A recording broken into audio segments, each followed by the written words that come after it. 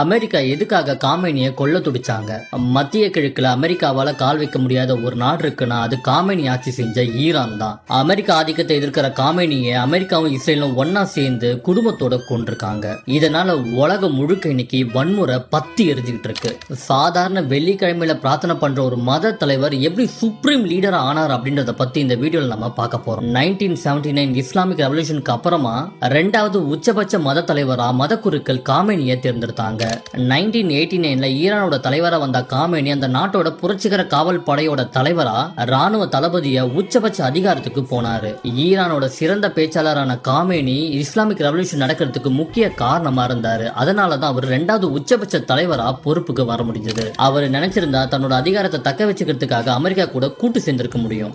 ஆனா அப்படி அவர் ஒன்றும் பண்ணல. தன்னோட சக பாலஸ்தீனியன் இஸ்ரேலால துன்புறுத்தப்படுறான்னு தெரிஞ்ச உடனே சுத்தி இருக்கிற மற்ற நாடுகள் மாதிரி அமைதியா இல்லாம இஸ்ரேலை எதிர்த்து ஈரான் குரல் கொடுத்தது. அது மூலமா அமெரிக்காவோட நேரடி கோபத்துக்கும் அது ஆளாச்சு. எங்க நாட்டுல உருவாகிற ஆயிலுக்கு அது எப்படி எங்கேயோ இருக்கிற அமெரிக்காவோட டாலரை பயன்படுத்த முடியும்னு அந்த டாலரையே ட்ரேட் பண்ணாம யுவானையும் இந்திய ரூபாயையும் யூரோவையும் வச்சுதான் அவங்க ஆயில் ட்ரேட பண்ணாங்க. இது எல்லாத்தையும் காமேனி வெறும் ஒரு கையை மட்டும் தான் வச்சு பண்ணாருன்னு சொன்னா உங்களால நம்ப முடியுமா? ஆமாங்க, அவரோட ஒரு கை செயலிழந்து பல வருஷம் ஆச்சு. அமெரிக்கா பத்தின முக்கிய முடிவுகளை எல்லாத்தையும் காமேனி தான் எடுத்தாரு. அதனால அந்த இடத்துக்கு இன்னொருத்தரை கொண்டு வரதுக்கு அமெரிக்கா பயங்கரமா முயற்சி பண்ணாங்க. தான் எந்த நேரமும் கொல்லப்படலான்னு உணர்ந்த காமேனி என்ன பண்ணிருக்காரு தெரியுமா? அவரை கொன்ன அடுத்த யாரு, அவரை கொன்ன அடுத்த யாருன்னு மொத்தம் 4 அடுக்குகள் அவரு உருவாக்கி வச்சுட்டு போயிருக்காரு.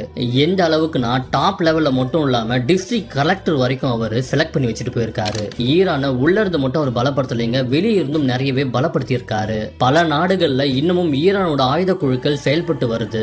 ஈரானுக்கு ஒண்ணு அவங்க வெளியே வந்து கண்டிப்பா தாக்குதலை நடத்துவாங்க. அந்த மாதிரி தான் லெபனான்ல இன்னைக்கு ஆயுத குழுக்கள் போராட்டத்திலையும் தாக்குதலையும் ஈடுபட்டிருக்காங்க.